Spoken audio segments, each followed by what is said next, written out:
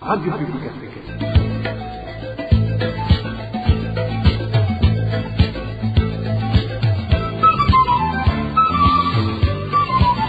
Radio Publique Africaine.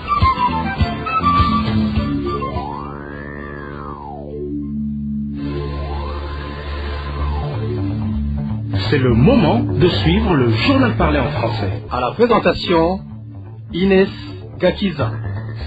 C'est le journal de la RPA, vous l'avez entendu. Bonsoir ou bonjour. Les grands titres pour commencer. La ministre de la Justice appelée à faire preuve de plus de courage et libérer les milliers de personnes détenues injustement. Dans ce journal, vous suivrez un défenseur des droits de l'homme.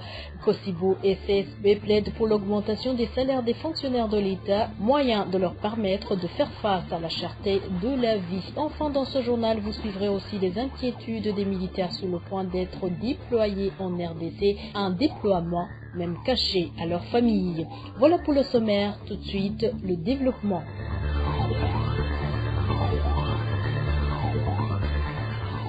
Encore une fois, bonsoir et bienvenue. Commençons par la page justice. La ministre de la Justice a manifesté sa bonne volonté de résoudre le problème de surpopulation carcérale.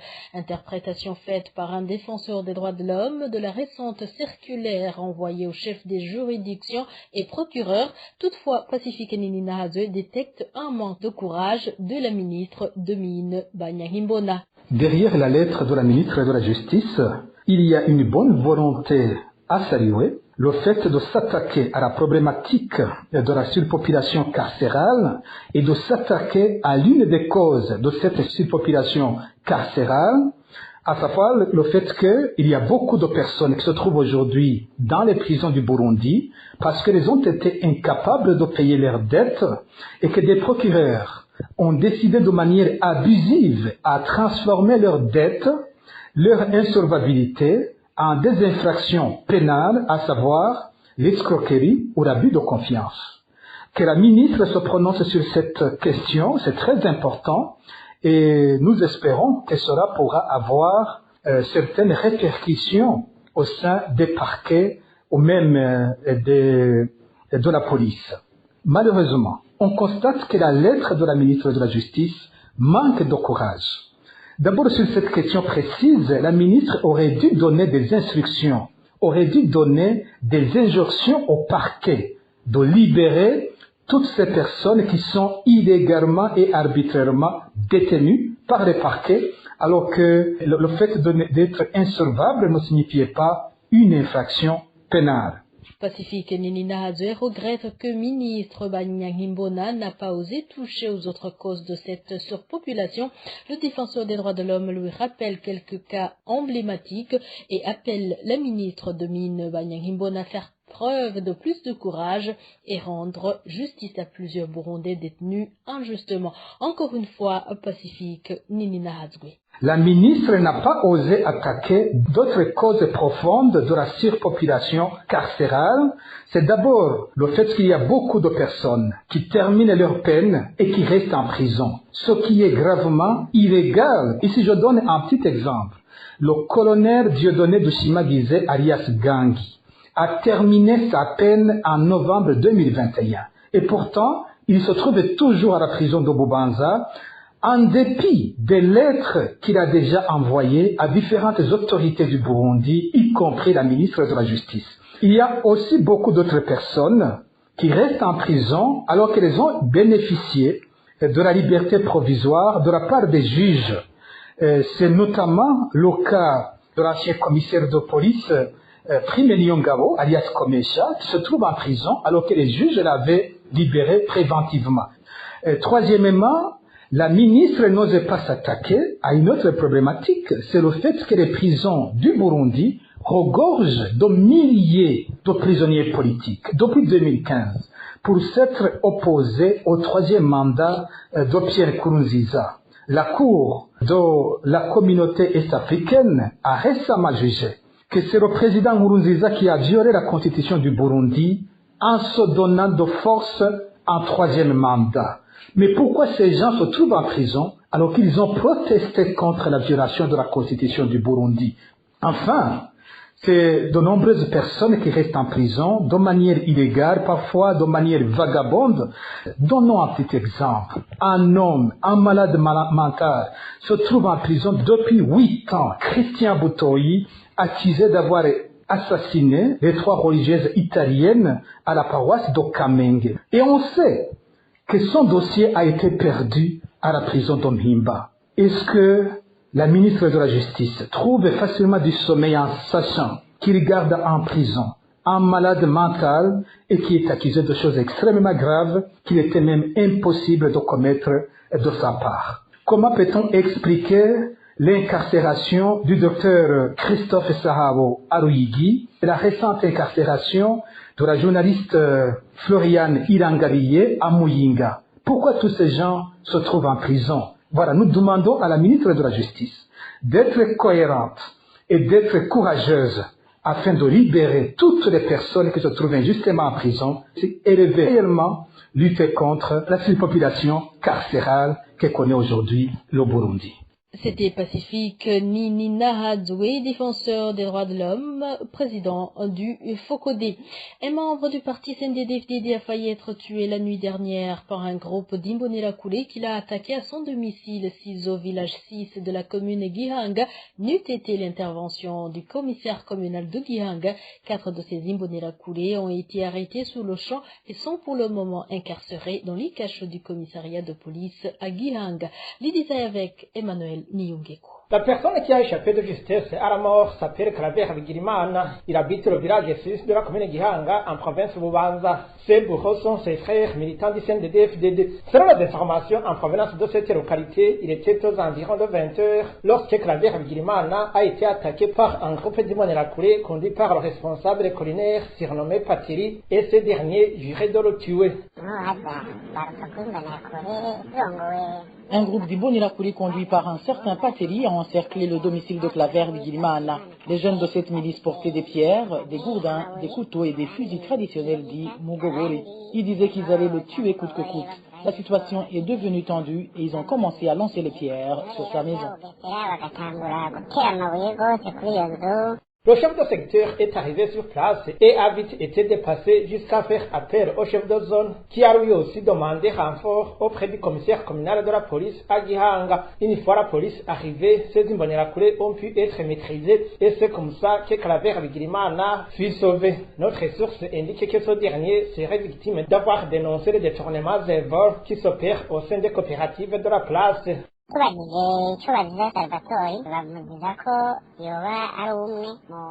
Quand nous avons essayé de savoir pourquoi il voulait le tuer, on nous a dit qu'il serait victime d'avoir dénoncé les vols et détournements qui s'opèrent dans les coopératives implantées au village 6. En fait, Pateli est le bras droit d'un certain Chiza qui était responsable d'une des coopératives de la place. Et comme ce dernier a été emprisonné suite au détournement de fonds de cette coopérative, cet Imbonerakure surnommé Pateli a voulu venger son ami.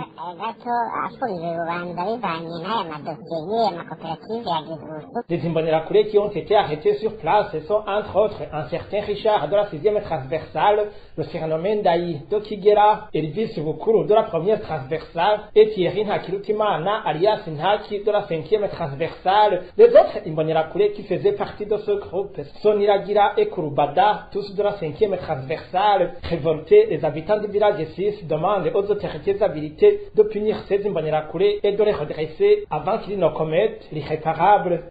Et le phénomène de justice populaire se manifeste encore dans certaines localités du pays. Un homme âgé d'une 60aine d'années a été tabassé ce mercredi par des Imbonerakure accusés de sorcellerie.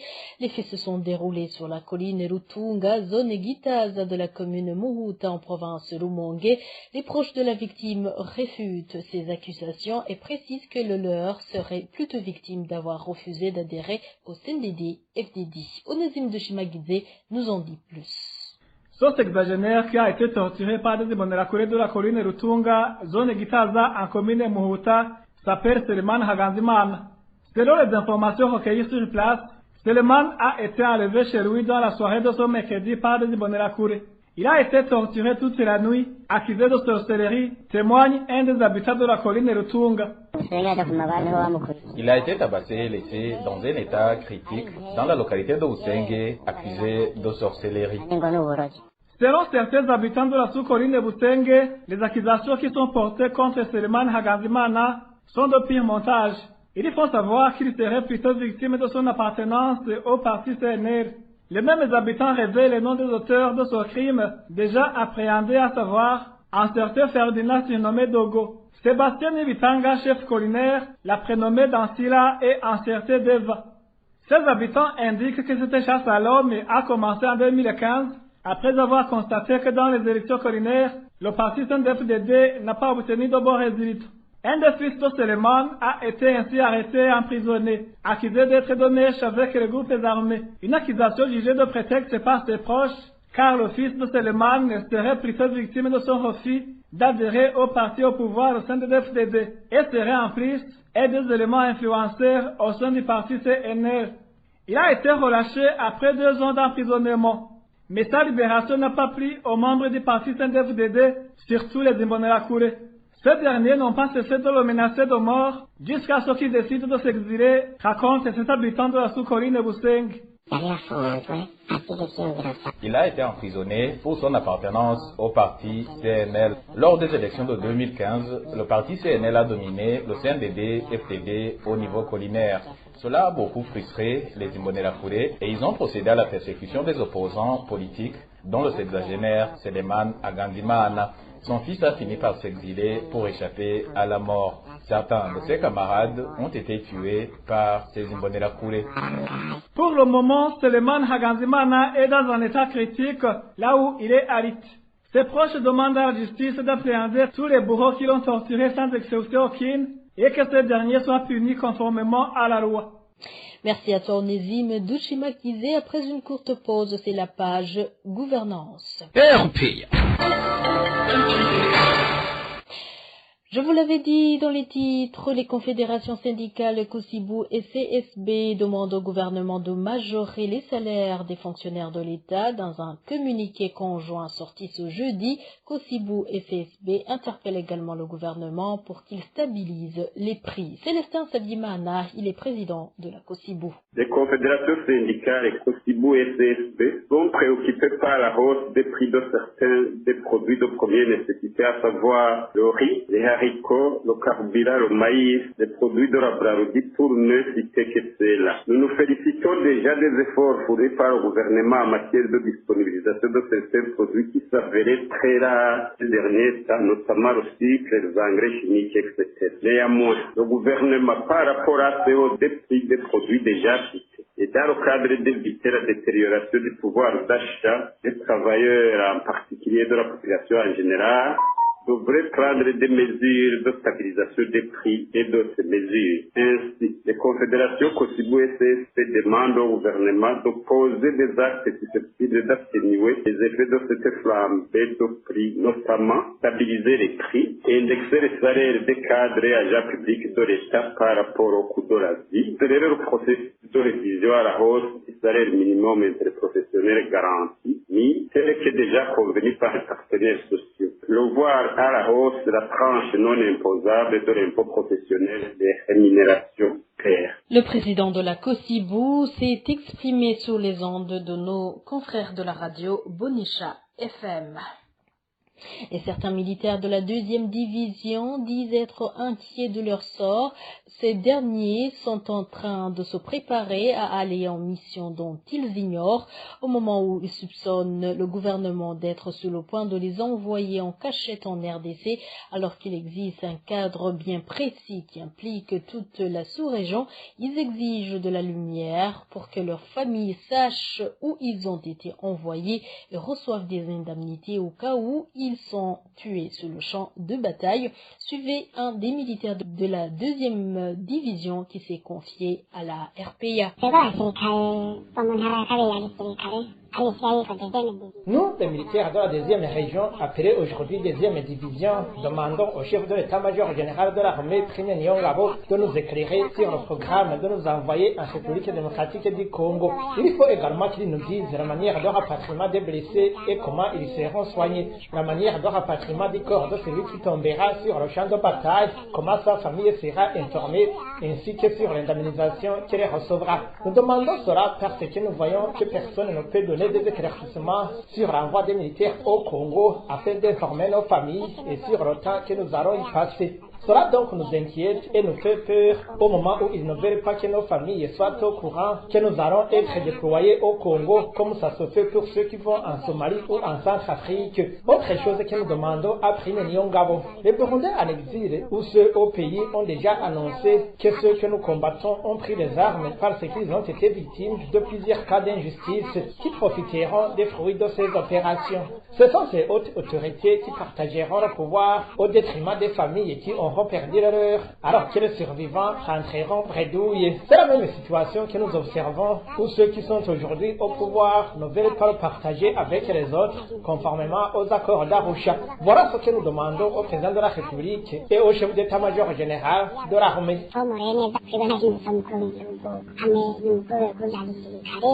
Et parlant toujours gouvernance, la suspension du directeur général de la Nagesa à elle seule ne suffit pas comme solution. Réaction de maître Yves Lunyagou, expert en droit des affaires, qui indique que le gouvernement devrait établir les pertes enregistrées par l'Agence nationale et poursuivre les responsables devant la justice. Suivez maître Yves Lunyagou, spécialiste du droit des affaires. Concernant la mesure de suspension du directeur général de la Nagesa, à mon avis, c'est une mesure tout à fait normale. Et surtout lorsque ceux qui l'ont nommé à ce poste constatent qu'il n'est pas en train de donner les résultats escomptés. Mais la mesure à elle seule, à mon avis, ne suffit pas. Il faut aller loin, il faut mener des enquêtes, il faut établir les responsabilités, établir aussi les pertes subies et continuer avec évidemment des poursuites à l'égard de tous les responsables. Surtout que manifestement il y a eu beaucoup de pertes et que c'est tout le pays qui en souffre maintenant. Manifestement, c'est quelque chose sur laquelle il faudrait insister pour même servir d'exemple et lancer un message à l'endroit de tous les responsables administratifs du Burundi, que chacun sache que s'il a la chance d'être nommé à un poste de responsabilité, il doit pouvoir donner des résultats. Il faut s'impliquer, il faut travailler pour le bien commun, pour éviter justement que pareilles pertes ne puissent avoir lieu. D'autant plus que notre pays a grandement besoin justement des gens responsables, des gens assez compétents, des gens consciencieux qui puissent justement le relever. C'était maître Yves Lunyagou, spécialiste du droit des affaires. Les autorités du pays devraient ordonner à ceux qui perturbent les citoyens de la commune Neg en province Kirundo parce qu'ils n'ont pas donné des contributions pour le secteur de l'éducation de stopper ces persécutions. Réaction du secrétaire général du mouvement des femmes pour la paix et la sécurité au Burundi, MFFPS, en sigle Liliane Kwizela, rappelle que le secteur de l'éducation n'est pas à la charge d'un citoyen. L'éducation, c'est le programme de l'État, donc c'est l'État qui doit mettre en œuvre ce programme, mais pas le peuple. En ce qui concerne la cotisation obligatoire, il n'y a pas aucune obligation, car le peuple a le droit de cotiser ou de ne pas cotiser. Torturer la personne parce qu'elle n'a pas cotisé, ça revient de violer ses droits. Il faut que l'État arrête ces choses de demander les cotisations et de torturer le peuple à cause de ces cotisations obligatoires. Ces citoyens qui n'ont pas encore donné ces contributions ne bénéficient pas d'aucun document ou autre service de l'État.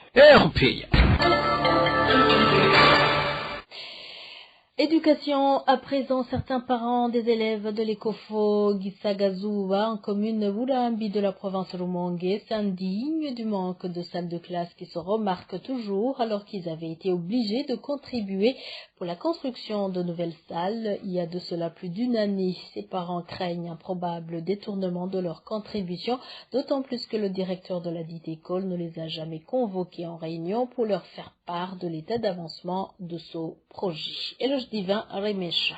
Une somme de 4 000 francs burundais par parent, tel est le montant que les parents des élèves de l'Ecofo Gisagazuba, situés en commune Urambi, ont été exigés de contribuer pour construire 2 salles de classe. Comme l'indiquent certains parents, cette mesure leur a été communiquée au cours d'une réunion tenue par le directeur du dit établissement à la personne de Boniface Nyondavi. Ce dernier, selon toujours ses parents, leur avait promis que les travaux de construction allaient débuter juste au début des grandes vacances, ce qui n'a toujours été fait, comme en témoignent ses parents.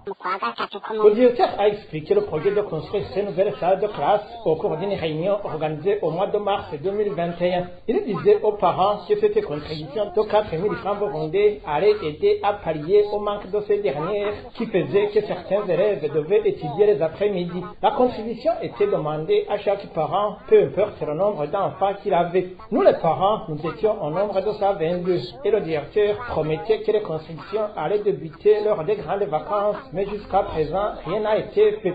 Ce qui nous attriste le plus, c'est que ce directeur n'organise même pas des réunions de tous les parents pour qu'on puisse être mis au courant d'où se situe le blocage et surtout de l'utilisation de tout notre argent. Ses parents révèlent aussi qu'ils redoutent que leur argent ait été détourné car l'enseignant qui avait été choisi au cours de la réunion des parents pour assurer la collecte a été remplacé par la sœur du directeur, elle aussi enseignante à cette école. Ainsi, ses parents demandent des éclaircissements sur l'usage de leur contribution, d'autant plus que la problématique de manque de salles de classe persiste toujours. La rédaction de la RPA a téléphoné le directeur Boniface Nyondavi pour recueillir sa réaction. Après lui avoir fait des inquiétudes des parents, il nous a répondu qu'une partie de cet argent collecté a servi à l'achat du matériel didactique qui faisait défaut, et ce, avec l'aval du comité de suivi des activités scolaires en charge de la gestion de cet argent. Ce que ses parents trouvent encore plus louche, surtout que cet argent n'avait pas été collecté pour cette fin. Nous avons par la suite essayé de joindre le directeur communal de l'enseignement à Urambi, Abias Bayikorere, pour recueillir son point de vue, mais son téléphone sonnait sans que personne ne décroche.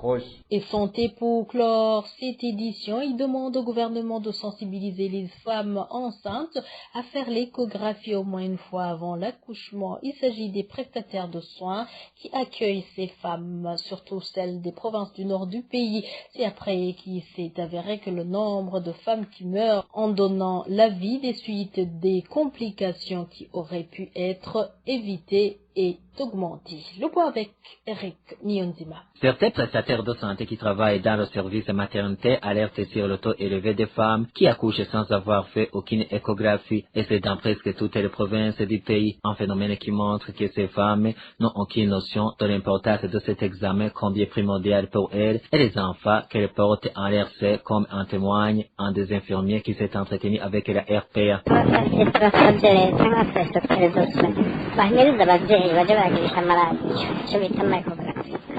En tant que prestataire de soins, nous demandons au gouvernement de multiplier les sensibilisations relatives à l'importance de faire des échographies pour les femmes enceintes. En fait, ces derniers jours, nous faisons face à beaucoup de complications dues à cette négligence. Il y a souvent des femmes qui viennent accoucher sans connaître ni leur état de santé, ni celui de leurs enfants. Cela arrive souvent à l'intérieur du pays, car à Bujumbura, beaucoup de femmes font ces échographies.